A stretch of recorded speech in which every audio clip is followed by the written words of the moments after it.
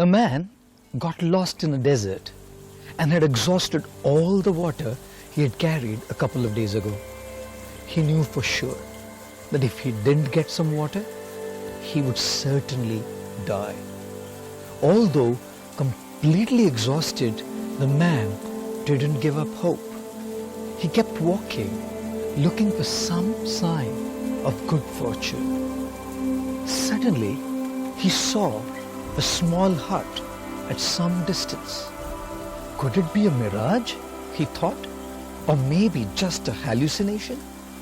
But having no other option left, he edged closer only to realize that the hut was real. Gathering the last bits of energy left, he dragged his tired body inside the hut, hoping he could find some water.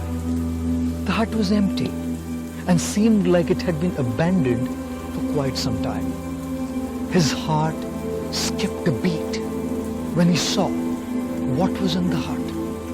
A hand pump. Water finally. He was overjoyed. He began working the hand pump, but no water came out. He tried harder and yet harder. No water. Finally, after putting in every bit of energy, he gave up out of exhaustion and frustration and sat down thinking, maybe I'm destined to die out of thirst today. And then a second ray of hope. He noticed a bottle in one corner of the hut. It was filled with water and corked up to prevent evaporation.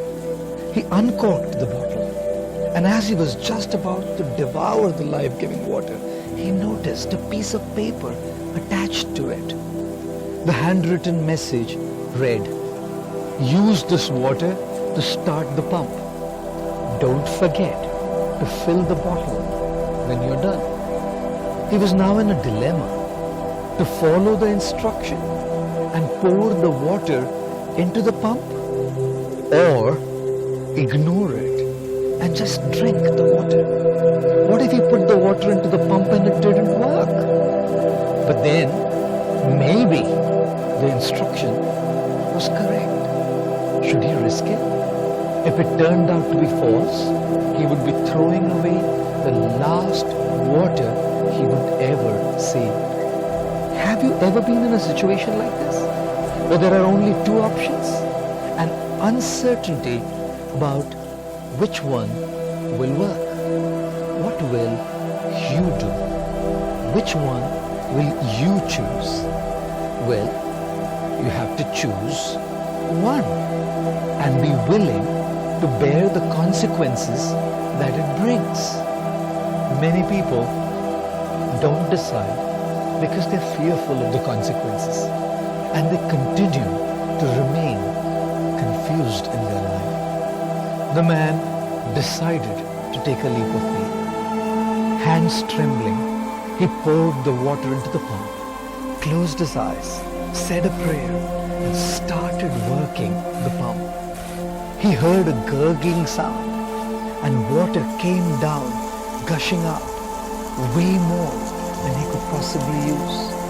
He drank the cool, refreshing water to his heart's content and quenched his thirst. He was going to live. Feeling much better, he looked around the hut and found a pencil and a map of the region. The map showed that he was still far away from civilization, but at least now he knew where he was and in which direction to go next. He filled up his flask for the journey ahead, and as per the instruction on the note, also filled up the bottle and put the cork back in.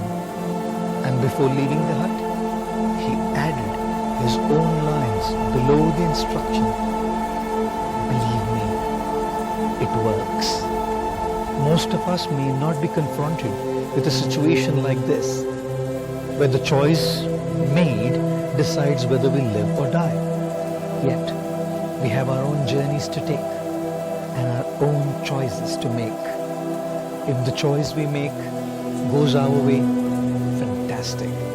We can inspire people by telling them, believe me, it works.